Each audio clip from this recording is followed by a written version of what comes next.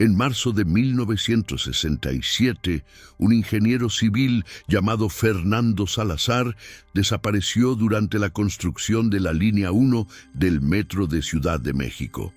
Tenía 42 años, experiencia en túneles ferroviarios europeos y acababa de reportar algo irregular en las mediciones del sector Zócalo Pino Suárez. Su último mensaje por radio fue breve. Encontré una discontinuidad en la estructura. No coincide con los planos prehispánicos que nos dieron. Voy a verificar. Nunca regresó a la superficie. Las autoridades declararon un accidente por derrumbe parcial, aunque nunca encontraron su cuerpo. Lo extraño fue que todos sus instrumentos aparecieron ordenados en su casillero al día siguiente, limpios, como si alguien los hubiera devuelto deliberadamente. Faltaba únicamente su libreta de campo, esa en la que anotaba cada medición, cada anomalía del terreno. 43 años después, en 2010, durante trabajos de mantenimiento en un túnel de servicio cerrado al público entre las estaciones Pino Suárez y Isabel la Católica, un equipo de técnicos encontró algo que no debería existir. Era una caja metálica sellada, del tipo usado por ingenieros en los años 60 para proteger documentos de la humedad. Dentro había una libreta deteriorada con el nombre F. Salazar, grabado en la cubierta de cuero. Junto a ella, un carrete de película Super 8, todavía dentro de su contenedor original. El hallazgo fue reportado inmediatamente, pero antes de que pudieran examinar el contenido, agentes de una dependencia no identificada del gobierno confiscaron todo el material. A los técnicos les hicieron firmar acuerdos de confidencialidad. Uno de ellos, que prefiere mantenerse anónimo, logró fotografiar con su celular 2 páginas de la libreta antes de que se la llevaran. Esas fotografías circularon brevemente en foros de Internet antes de ser sistemáticamente eliminadas. Ciudad de México se asienta sobre lo que fue la Gran Tenochtitlan, una metrópolis construida sobre un lago. Bajo el asfalto y el concreto moderno existe un laberinto de túneles, canales prehispánicos, acueductos coloniales y cavidades naturales que nadie ha mapeado completamente. Cuando comenzó la construcción del metro en 1967, los ingenieros sabían que perforarían historia. Lo que no anticiparon fue encontrar estructuras que no aparecían en ningún registro arqueológico conocido. Había túneles demasiado rectos, demasiado profundos, excavados con una precisión que parecía imposible para las herramientas prehispánicas documentadas. Los trabajadores de la construcción comenzaron a reportar fenómenos extraños, brújulas que giraban sin control en ciertas secciones, temperaturas que descendían bruscamente sin razón aparente y, sobre todo, un sonido. Lo describían como un zumbido de baja frecuencia que no provenía de las máquinas, sino que parecía emerger de las paredes mismas. Los ancianos de los barrios cercanos al centro histórico advertían a los trabajadores. Decían que había lugares bajo la ciudad que nunca debieron ser perturbados, cámaras que los propios mexicas habían sellado antes de la llegada de los españoles. Hablaban de guardianes, de conocimientos que se enterraron para proteger a las generaciones futuras. Pero el progreso no se detiene por supersticiones, y la construcción continuó a un ritmo acelerado. México necesitaba su metro, necesitaba demostrar que era una nación moderna. Las advertencias fueron archivadas como folclore pintoresco. Fernando Salazar no era un hombre supersticioso. Graduado del Instituto Politécnico Nacional, había trabajado en el Metro de París como parte de su formación.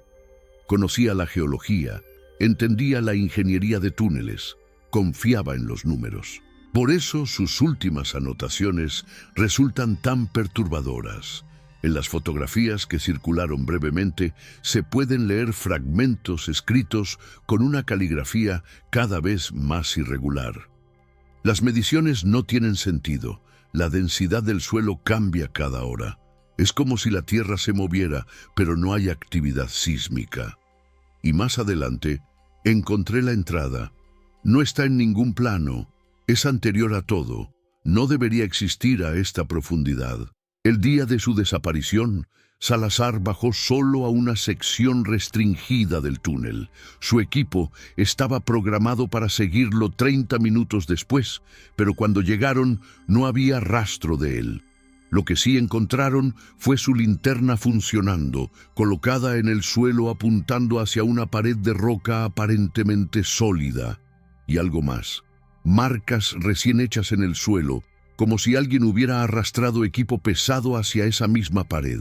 Pero la pared no mostraba señales de apertura, no había grietas ni accesos ocultos visibles. Los trabajadores llamaron a seguridad, se activó un protocolo de búsqueda, se revisó cada centímetro del sector.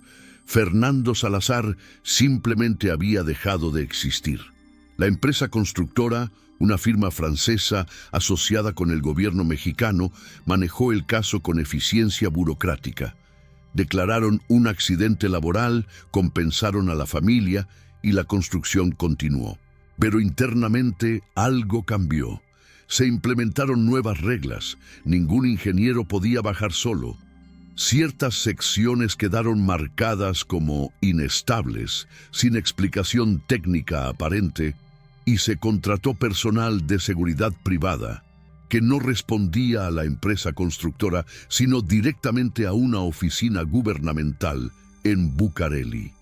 Los trabajadores que preguntaban demasiado eran reasignados a otros proyectos. Si decides quedarte con nosotros, vas a descubrir qué había en esa película Super 8, qué mostraban las páginas completas de la libreta de Salazar, y por qué el gobierno mexicano mantiene hasta hoy clasificada toda la información relacionada con ciertos sectores del metro.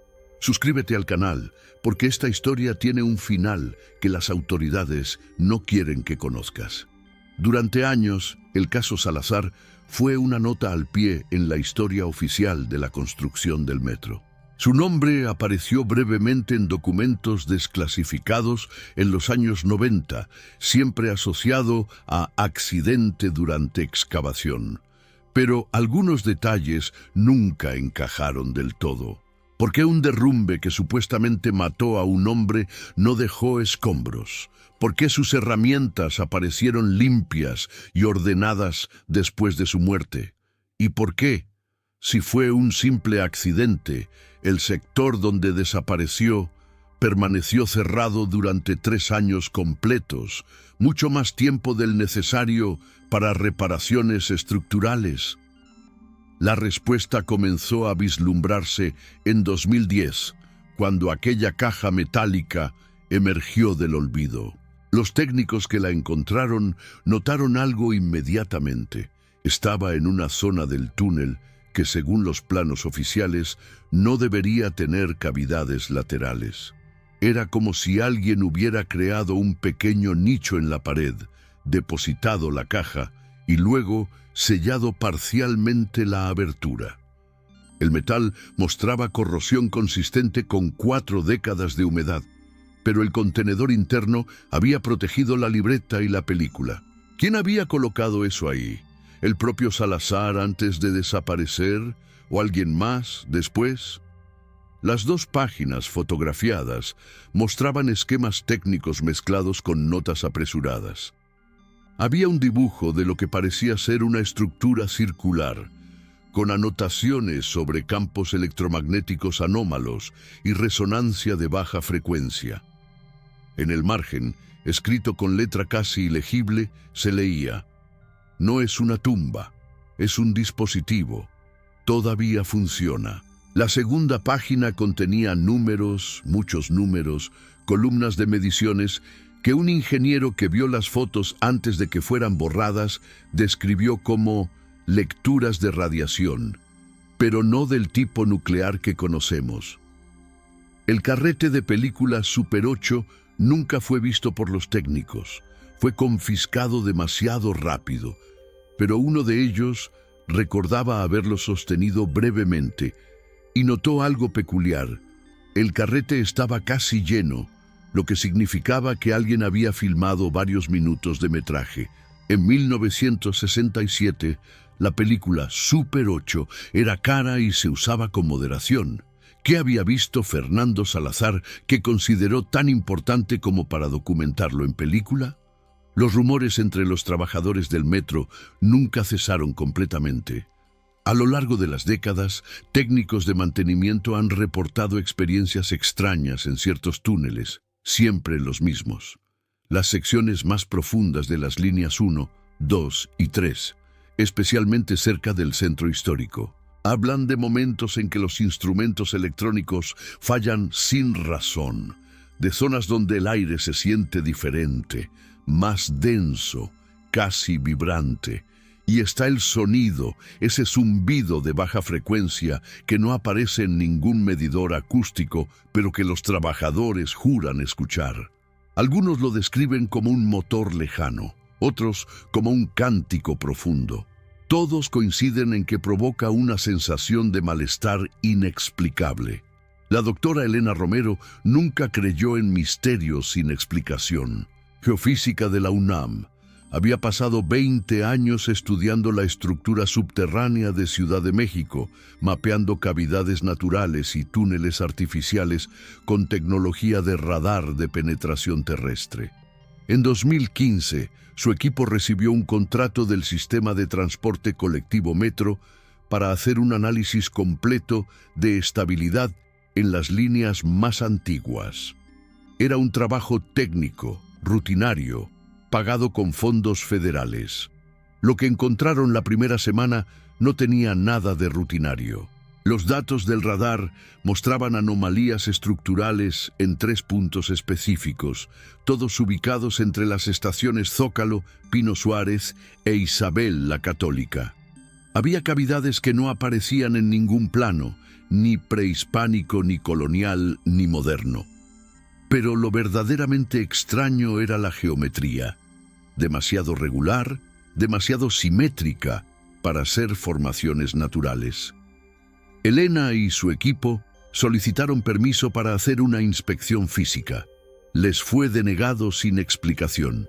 Cuando insistieron, citando el contrato y la necesidad de verificar in situ, recibieron una visita de 2 funcionarios de la Secretaría de Gobernación que les explicaron, con cortesía perfecta, que ciertas zonas estaban clasificadas por razones de seguridad nacional.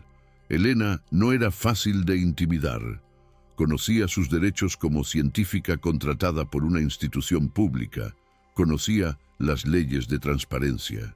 Presentó solicitudes formales, contactó a colegas en el Instituto Nacional de Antropología e Historia, buscó acceso legal a esas zonas. Lo que obtuvo fue un silencio sistemático. Sus correos no eran respondidos, sus llamadas eran transferidas a departamentos inexistentes, sus solicitudes de información se perdían en laberintos burocráticos. Y entonces comenzaron los problemas técnicos. Su equipo de radar sufrió un robo selectivo. Solo se llevaron las unidades de almacenamiento con los datos de esos sectores específicos. Los respaldos en la nube fueron borrados por un supuesto fallo del servidor. Su financiamiento fue recortado sin previo aviso. Fue entonces cuando Elena recibió un mensaje anónimo. Un correo electrónico enviado desde una cuenta desechable, sin firma ni remitente identificable. El mensaje era breve. Buscas lo mismo que Salazar. Ten cuidado, no todos los que entran regresan. Si realmente quieres entender, busca el archivo histórico del Metro, sección de incidentes laborales 1967-1970. Pregunta por el expediente 127F. No lo pidas oficialmente. El mensaje incluía un número telefónico y un horario específico, martes a las 11 de la noche. Elena era científica, no investigadora policial, pero era también profundamente curiosa, y los obstáculos sistemáticos que había enfrentado solo reforzaban su convicción de que había algo real que ocultar. Investigó sobre Fernando Salazar. Encontró las escasas menciones públicas de su desaparición. Descubrió en foros antiguos de Internet referencias a una libreta y una película recuperadas en 2010. Cada pista conducía a callejones sin salida, información borrada, testigos que se negaban a hablar. Era como si una maquinaria invisible estuviera borrando sistemáticamente cualquier rastro que llevara a respuestas concretas. El martes siguiente, a las 11 de la noche, Elena marcó el número desde un teléfono público. Una voz masculina, de edad indeterminada, respondió sin saludos. «Doctora Romero, esperaba su llamada. Voy a darle información que no debería existir. Después de esto, usted decide si continúa o abandona. Pero si continúa, hágalo con discreción absoluta. Hay intereses que prefieren que ciertas cosas permanezcan enterradas». La voz le dio instrucciones precisas, un contacto dentro del archivo, un nombre clave, un día y hora específicos. Luego colgó. 3 días después, Elena se encontró en un sótano del edificio administrativo del metro, rodeada de archivadores metálicos que olían a humedad y papel viejo. El archivista, un hombre de unos 60 años con manos temblorosas, le entregó una carpeta amarillenta sin decir palabra. Dentro había documentos que no deberían haber sobrevivido décadas de purgas burocráticas, informes de seguridad, testimonios de trabajadores y, sobre todo, fotografías. Fotografías de la escena donde desapareció Salazar, fotografías de objetos encontrados, fotografías de algo más. Había imágenes de una estructura circular excavada en roca de aproximadamente 3 metros de diámetro, cubierta de glifos que no correspondían a ningún sistema de escritura mesoamericano conocido. Las fotografías mostraban instrumentos científicos alrededor de esta estructura, equipos que claramente no eran de los años 60, sino más modernos, de los años 80 o 90. Alguien había seguido investigando ese lugar en secreto durante décadas. En una de las fotos, apenas visible en el borde del encuadre, se veía lo que parecía ser la entrada a un túnel más profundo, descendiendo en un ángulo imposible según las leyes de la construcción subterránea. Los informes adjuntos eran técnicos, redactados en lenguaje científico preciso. Hablaban de emisiones electromagnéticas de origen desconocido, de fluctuaciones temporales en instrumentos de medición atómica, de efectos biológicos no explicados en personal expuesto. Un informe fechado en 1982 mencionaba que 3 técnicos reportaron pérdida de memoria a corto plazo después de exposición prolongada al sector 127F. Otro, de 1995, concluía que es recomendable mantener el sellado permanente del área, ya que no contamos con tecnología para comprender o neutralizar el fenómeno. Elena fotografió cada página con su teléfono, trabajando rápido, consciente de que en cualquier momento alguien podría interrumpirla. El archivista permanecía en la puerta, vigilando el pasillo. Cuando terminó, él recuperó la carpeta sin mirarla a los ojos y simplemente dijo: «Nunca estuvo aquí. Yo nunca le mostré esto. Si alguien pregunta, niegue todo». Elena asintió y salió del edificio sintiendo que acababa de cruzar una línea invisible entre la investigación académica normal y algo mucho más peligroso. Durante las siguientes semanas, Elena analizó el material en secreto. Consultó a colegas de confianza sin revelar la fuente. Envió imágenes de los glifos a expertos en epigrafía mesoamericana. Buscó patrones en los datos científicos. Las respuestas que obtuvo solo profundizaron el misterio. Los glifos no coincidían con ningún sistema conocido.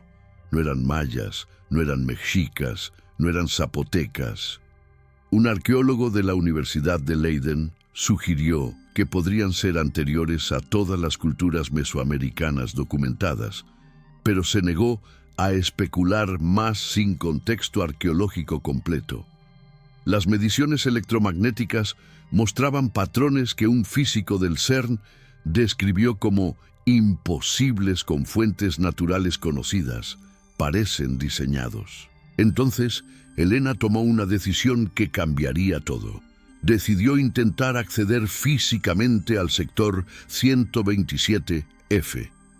Sabía que era arriesgado, probablemente ilegal, definitivamente peligroso para su carrera.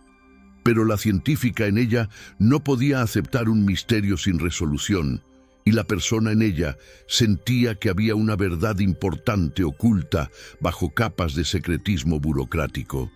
Necesitaba un equipo pequeño, discreción absoluta y, sobre todo, necesitaba un mapa. El mapa llegó de forma inesperada. Un exingeniero del metro, jubilado, que había trabajado en mantenimiento durante 30 años, aceptó reunirse con ella después de semanas de mensajes cuidadosos. Se encontraron en un café lejos del centro y el hombre, llamado Roberto Mendoza, le habló durante 2 horas sobre lugares bajo la ciudad que no existen oficialmente, túneles de servicio que no aparecen en planos, accesos sellados cuyas ubicaciones solo conocen los trabajadores más antiguos, protocolos no escritos sobre sectores prohibidos. Le dibujó un mapa en una servilleta, marcando rutas alternativas, horarios de patrullaje de seguridad, códigos de acceso que según él todavía funcionaban. «Hay algo allá abajo, doctora», dijo Mendoza antes de despedirse. «Lo sentí cada vez que trabajé cerca de esa zona. Es como si el lugar estuviera vivo, esperando. He visto compañeros salir de ahí cambiados, asustados, de algo que no pueden explicar. Y he visto cómo desaparecen reportes, cómo silencian a la gente. Si va a bajar, lleve testigos, lleve cámaras, pero sobre todo, tenga muy claro cuánto tiempo va a estar ahí abajo. Ese lugar tiene una forma de hacer que pierdas la noción del tiempo». Elena organizó su expedición con precisión científica. Reclutó a 2 personas de absoluta confianza. Miguel Sánchez, ingeniero estructural que había trabajado con ella en proyectos anteriores, y Laura Vega, documentalista especializada en video de investigación. Les explicó lo mínimo necesario. Iban a explorar una anomalía geológica en túneles de servicio del metro. Era oficialmente no autorizado, pero técnicamente no ilegal si no dañaban nada ni interferían con operaciones. Ambos aceptaron, intrigados por la intensidad inusual de Elena. Entraron un domingo a las 3 de la madrugada, cuando el mantenimiento nocturno era mínimo.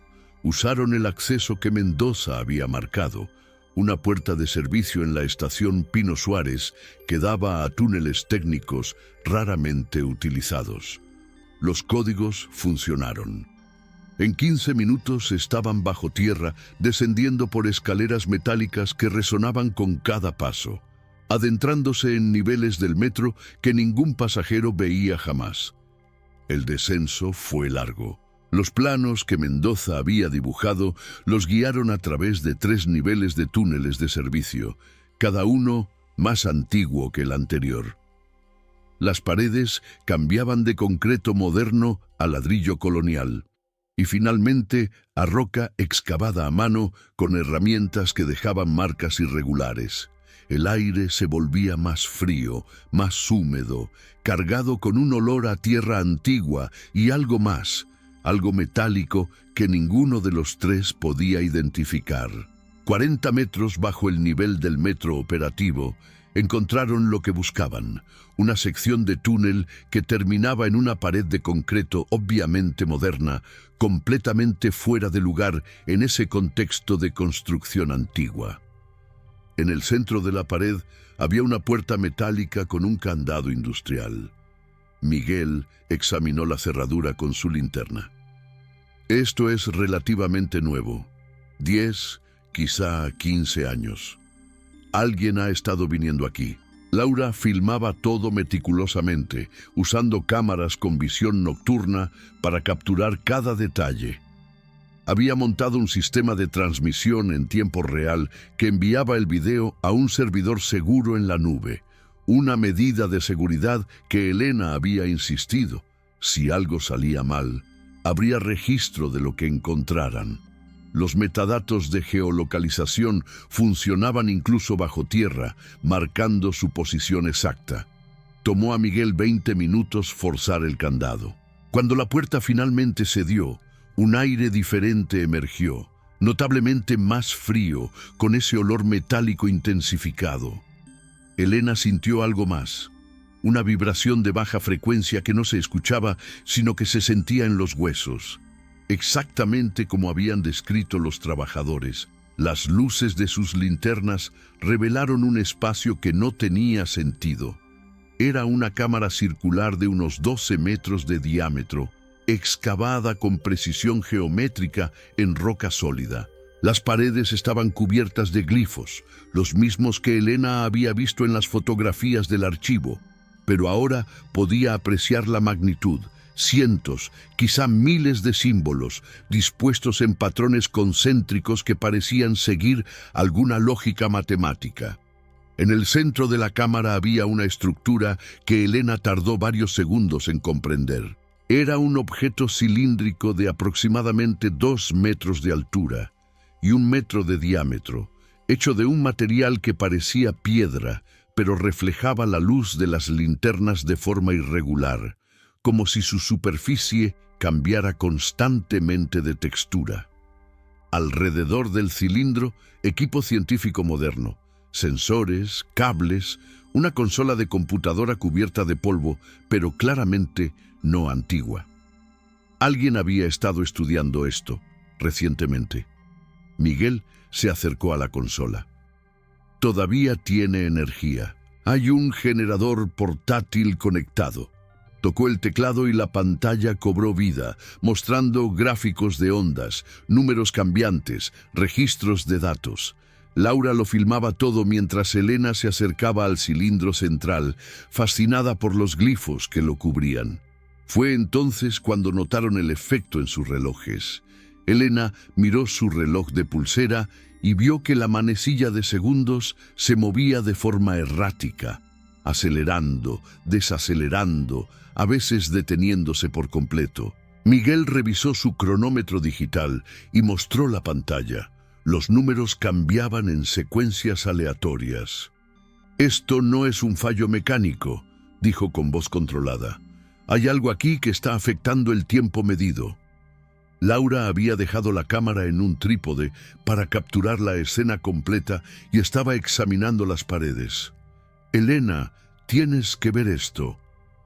Señalaba una sección de la pared donde los glifos formaban un patrón diferente.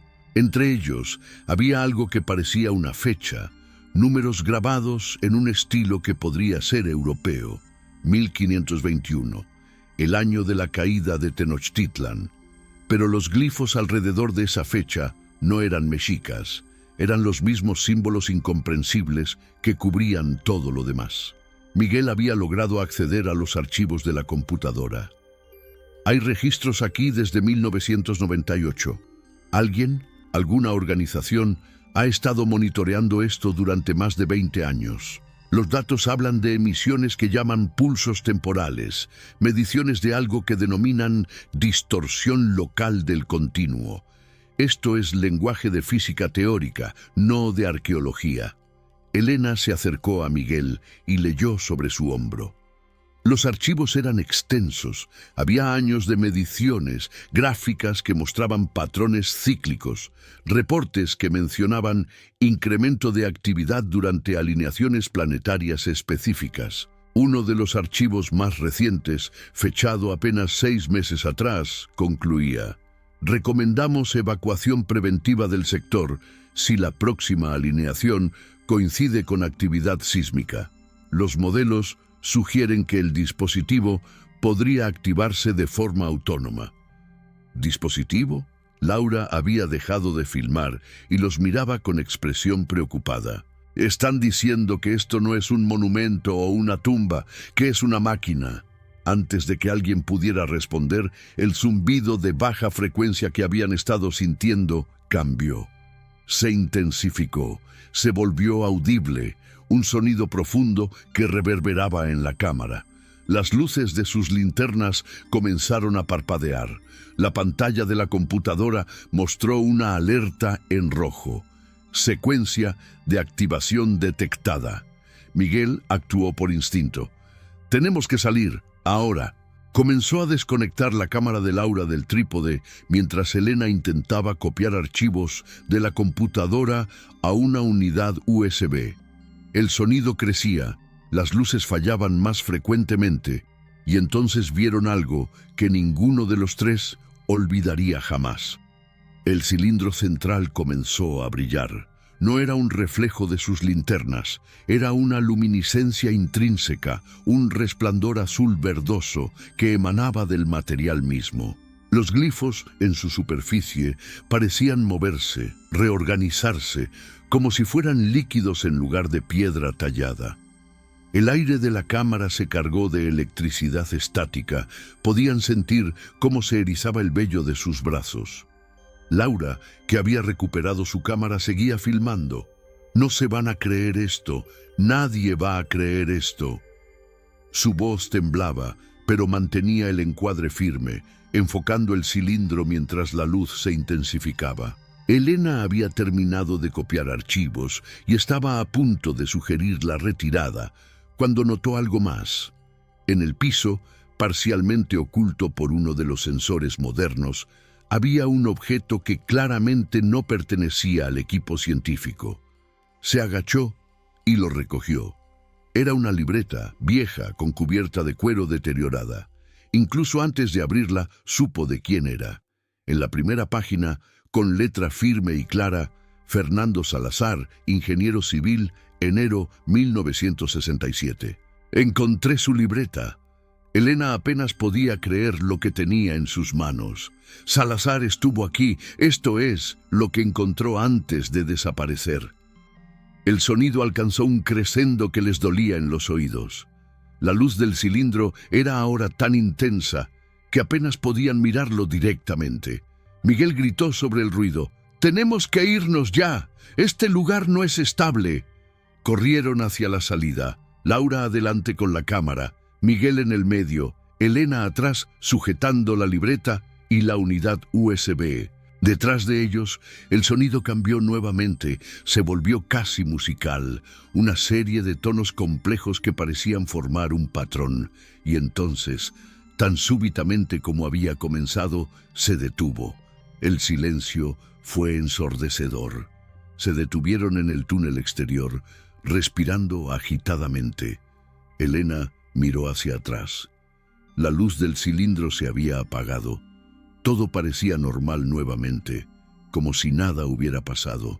Pero cuando revisó su reloj, descubrió que habían estado en la cámara exactamente 43 minutos. Miguel confirmó el tiempo en su cronómetro. 43 minutos. El mismo número de años entre la desaparición de Salazar y el descubrimiento de su primera libreta. Salieron del metro cuando el sol ya estaba alto. Según sus relojes, que ahora funcionaban normalmente, habían estado bajo tierra 3 horas y 12 minutos. Pero Laura revisó los metadatos de su video y encontró algo imposible. El timestamp mostraba una duración de grabación de 5 horas y 40 minutos. Habían perdido más de 2 horas y media que ninguno de ellos recordaba.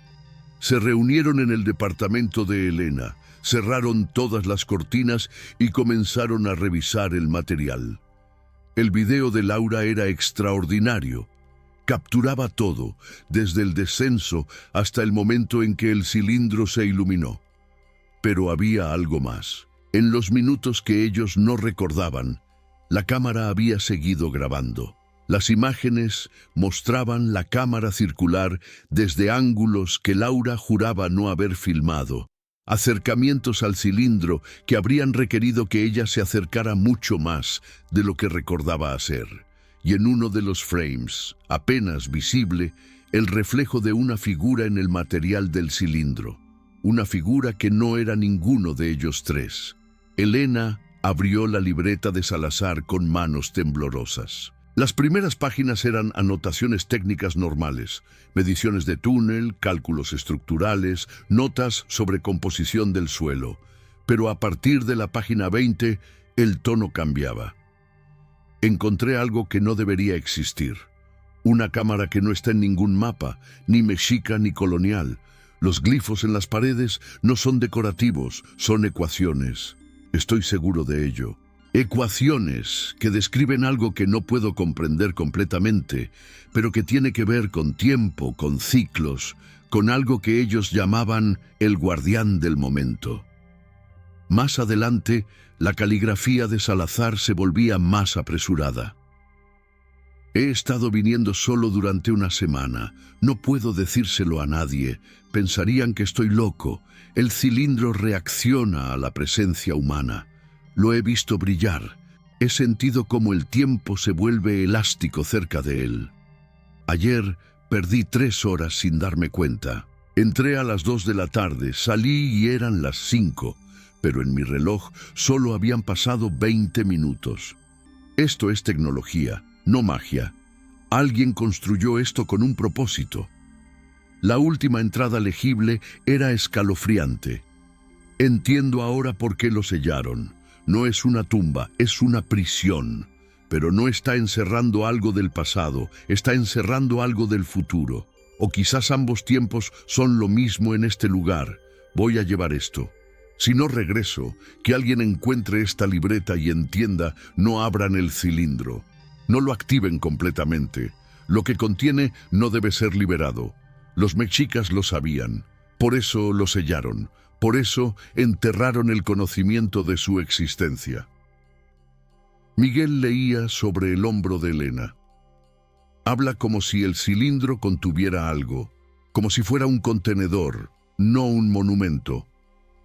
Miren esto. Laura había estado revisando los archivos que Elena había copiado de la computadora.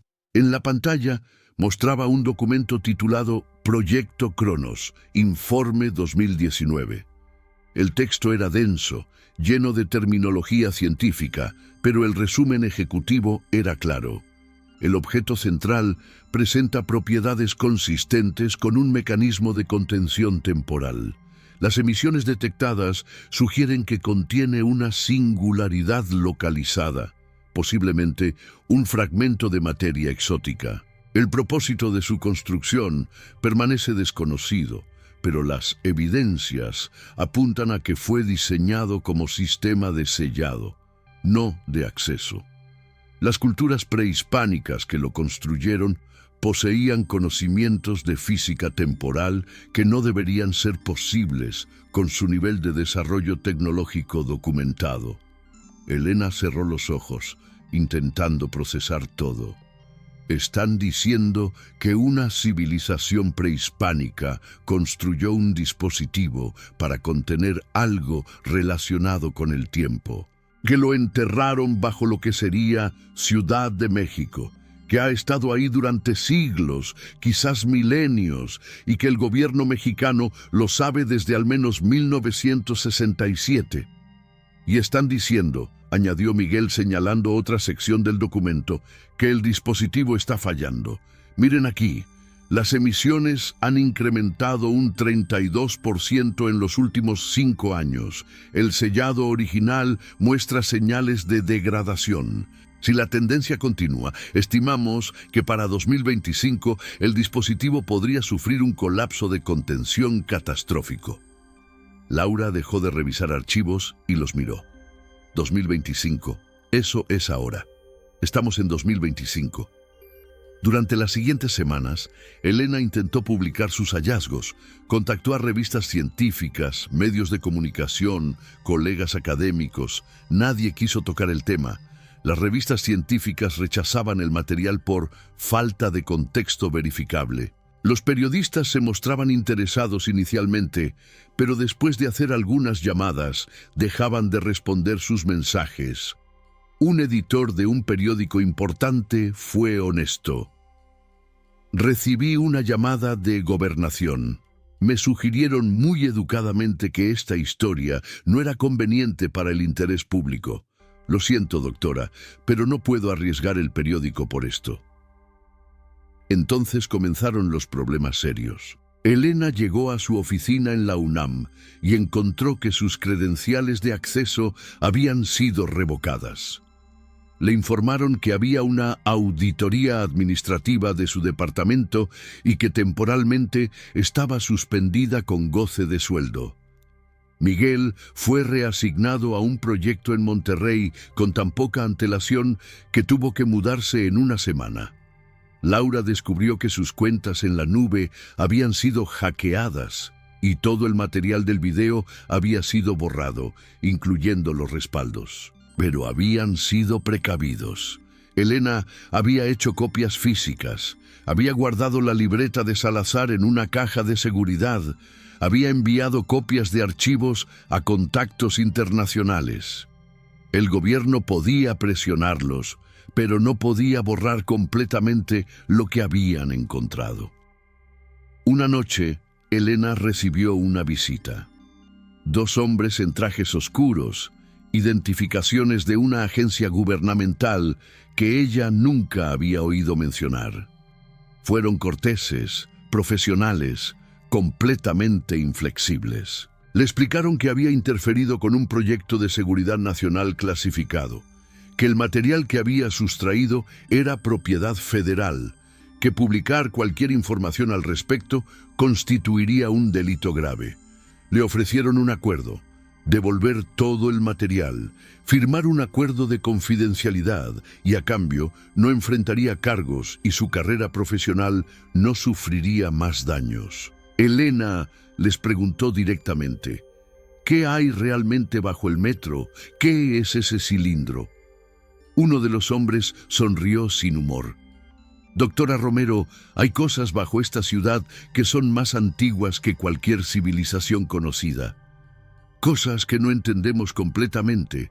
Nuestro trabajo es asegurarnos de que permanezcan selladas. El suyo es hacer geofísica. Le sugiero que regrese a eso. Elena no firmó el acuerdo esa noche. Pidió tiempo para pensarlo. Los hombres asintieron y le dieron 48 horas. Cuando se fueron, Elena supo que había llegado a una encrucijada. Podía ceder, proteger su carrera, vivir con el conocimiento de que había secretos enterrados que nadie quería que se conocieran. O podía luchar, arriesgarlo todo, posiblemente sin lograr nada excepto destruir su vida profesional. Esa misma noche, la libreta de Salazar que había guardado en la caja de seguridad desapareció. El banco no tenía registro de nadie accediendo a su caja. Las cámaras de seguridad de ese día mostraban estática durante exactamente 43 minutos, el tiempo necesario para que alguien hubiera entrado y salido. Era un mensaje claro. Podían llegar a cualquier cosa, en cualquier momento. Si has llegado hasta aquí, comparte este video y suscríbete al canal. Porque lo que voy a contarte ahora no está en ningún documento oficial, no aparece en ningún archivo que puedas solicitar con transparencia, pero es la verdad que necesitas conocer. Fernando Salazar nunca murió en 1967. Al menos, no de la forma en que el gobierno reportó.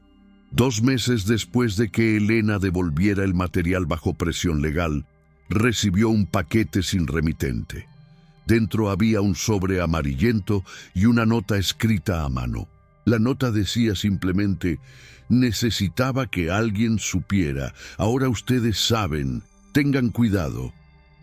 Estaba firmada con las iniciales FS. El sobre contenía una fotografía. Mostraba a un hombre de aproximadamente 60 años, parado frente a lo que parecía ser un hospital o clínica. La foto estaba fechada en 2003. En el reverso, escrito con la misma letra que las anotaciones de la libreta, decía: salí 43 años después. Para mí fueron 4 horas. Mi cuerpo envejeció, pero mi mente recuerda solo ese tiempo. No me crean muerto. El cilindro me tomó y me devolvió. Pero no a todos los devuelve. Elena investigó discretamente. Encontró un registro de un hombre llamado Fernando Salazar. sin apellido paterno conocido, que había aparecido en un hospital psiquiátrico en 2010, el mismo año en que su libreta fue encontrada. El hombre afirmaba ser un ingeniero de los años 60, pero aparentaba 70 años. Había muerto en 2015 de causas naturales, sin que nadie creyera su historia. El gobierno mexicano mantiene clasificada toda información sobre el sector 127F. Las solicitudes de transparencia son rechazadas por razones de seguridad nacional. El metro sigue operando sobre estructuras que nadie admite oficialmente que existen. Y bajo la estación Pino Suárez, 40 metros bajo tierra, un cilindro de propósito desconocido continúa emitiendo pulsos que hacen que el tiempo se comporte de formas que la ciencia oficial no puede explicar. Los trabajadores del metro todavía reportan anomalías, relojes que se retrasan o adelantan sin razón, secciones de túnel donde los instrumentos fallan, ese zumbido de baja frecuencia que algunos pueden sentir pero ningún medidor detecta. Y de vez en cuando, personas que desaparecen en el metro, en sectores específicos, durante minutos que para ellos son horas, o viceversa. ¿Qué es realmente ese cilindro? ¿Quién lo construyó y con qué conocimientos que supuestamente no existían? ¿Qué contiene que los antiguos consideraron necesario sellar para siempre? Y la pregunta que nadie en el gobierno quiere responder: si el dispositivo está fallando, si el sellado se está degradando, ¿qué pasará cuando finalmente ceda? Elena Romero ya no trabaja en la UNAM. Aceptó un puesto en una universidad europea, lejos de México, lejos de las presiones. Pero antes de irse, me contactó. Me dio copias de todo lo que pudo salvar. Me pidió que contara esta historia, porque alguien tiene que saber, alguien tiene que preguntar. La próxima vez que bajes al metro en Ciudad de México, cuando pases por las estaciones del centro histórico, recuerda, bajo tus pies hay más que túneles y trenes.